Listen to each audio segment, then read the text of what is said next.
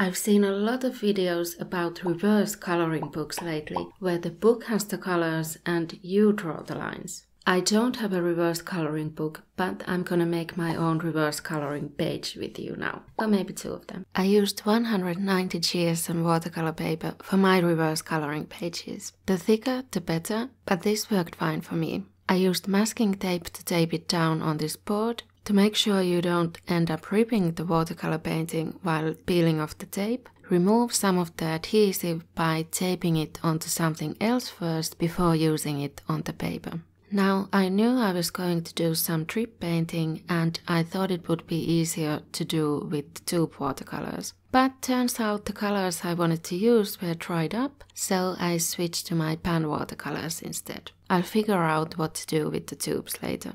I like to have 2 jars of water, which you can't really see here, but one is for rinsing the color out of the brush and the other is for loading the brush with water for a new color. So one will be pretty dirty the whole time and the other should stay clean. I'm using a big round brush to keep the painting loose. I'll do wet on wet painting and let the colors partly mix together to create something more interesting that gives you more options for drawing the lines once the watercolor part is finished. I painted waves on the bottom of the page and a setting or rising sun behind them in the horizon, adding some sunset colors on the waves and loose pink clouds, letting some of them mix in with the sun, adding some blues, darker reds and purples on the clouds, and even some yellow. At this point I was ready to start the drip painting, so I tilted the painting up on an easel. You could just prop it against a pile of books or something if you don't have an easel.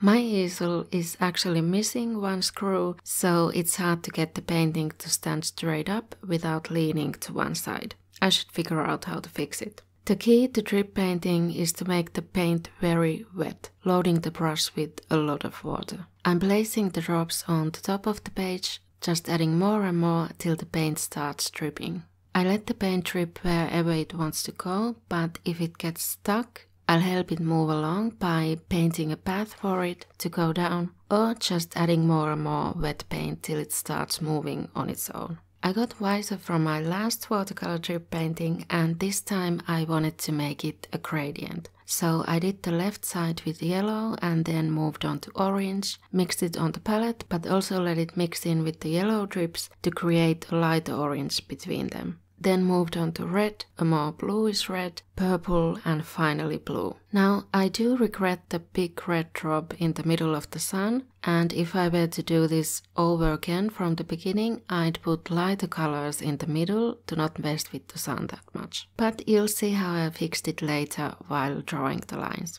By the way, I'm gonna give out both of the reverse coloring pages as free printables to my email list subscribers, so make sure to subscribe to it if you want to print these out for yourself.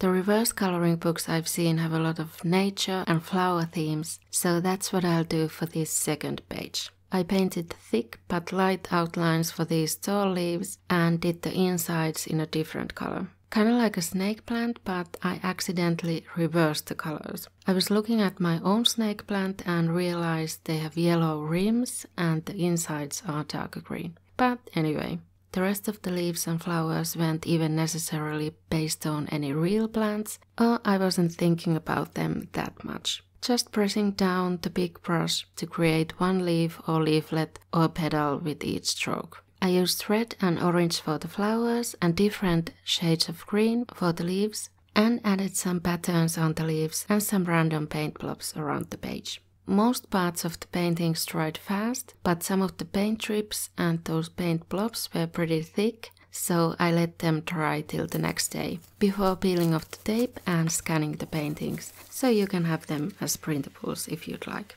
You could speed up the drying with a hairdryer if you don't want to wait that long. Now we are ready to reverse color. The idea is if you have a reverse coloring book or reverse coloring page, you don't need any coloring tools since the colors are already there. You just need one pen to fill in the pages. So it's more simple to travel with or really do anywhere. But you can of course use different sizes of pens to get varying line thicknesses and you can use colored markers too. So I stacked up a lot of options and we'll see what I ended up trying. I used the micron fineliners first. They come in multiple thicknesses and I started with a 1 for the paint strips to make them a bit more delicate with fine outlines. I'm pretty much just tracing the outlines of the strips. For the clouds, I decided to try a brush marker that allows you to do finer and thicker lines with the same marker depending on how much pressure you use. So I tried tracing the bottom of the clouds with a thicker line and using fine dashed lines for the top of the clouds. The next thing I wanted to try were paint markers. These are Creabox acrylic paint markers from Lidl that I've had for multiple years, but I've never tried them before. You're supposed to shake the pen for 60 seconds and then press the tip down on paper and the paint is supposed to start flowing. I have a set of 3, gold, silver and black, and I really wanted to use the gold, but as you can see it wasn't working. I was pressing it down so hard the tip started getting disfigured, but no gold paint was coming out, only some clear liquid. So I tried the silver marker instead and that one actually worked. The tip wasn't stuck, you could press it down and the paint would come out. So I don't know what happened with the gold one, but apparently I'm not using it. So this was the idea I had for saving the sun. I covered up the strange red paint strip with the metallic silver paint marker. And after continuing the line work on the other red paint strips with a slightly thicker micron fineliner, I decided to add a pattern on the sun with the silver marker of just some dots and curved lines to get some more use out of the paint marker. The rest of the page I continued the same way, outlining the clouds and the paint strips, the sun and the waves.